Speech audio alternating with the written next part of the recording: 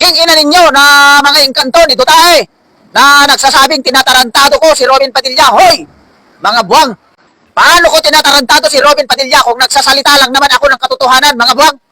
Sinabi ni Robin Padilla na kahit sunugin mo siya ng buhay, ay Duterte pa rin ang lalabas na amoy niya.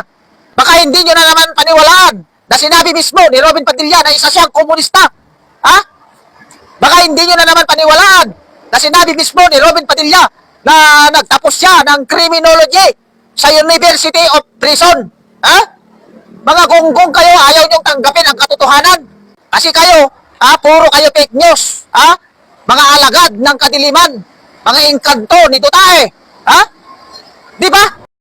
O para sa mga Islamic Muslims na kumakampi kay Robin Padilla, lalo na yung nagsabing pinag-aaway-away raw ni PBBM ang mga Islamic Muslims, tanggapin nyo na kasi ang katotohanan, puro pa kayo pangudyok, kayo ang nagpapaaway-away, kasi dapat kung kampihan nyo si Robin Padilla o si Duterte, nasa sa inyo yan. Huwag lang kayong magsalita ng mga mararahas at mga fake news o mga maling akusasyon, tapos pag sinagot kayo galit kayo hanggang sa lumala ang usapan, na inahantong nyo sa pagbabanta, hindi porket nagsasalita ng katotohanan ay inaaway na kayo, lalo't kung tinutugunan lang ang mga sinasabi nyo, lalo na yung mga paghahamon nyo, hanggang sa binabaliktad nyo ang katotohanan, tulad kay Epi Labrador, nagsasabi lang ng totoo si Erwin Tulfo sa pagpatupad ng batas, binantaan nyo na ng binantaan, hanggang sa tuganan ni Labrador ang mga sinabi nyo, klarado na mga Islamic Muslims lang na kumakampi kay Robin Padilla ang tinutukoy niya, udiokan nyo ba naman ang buong kamusliman ng Islamic?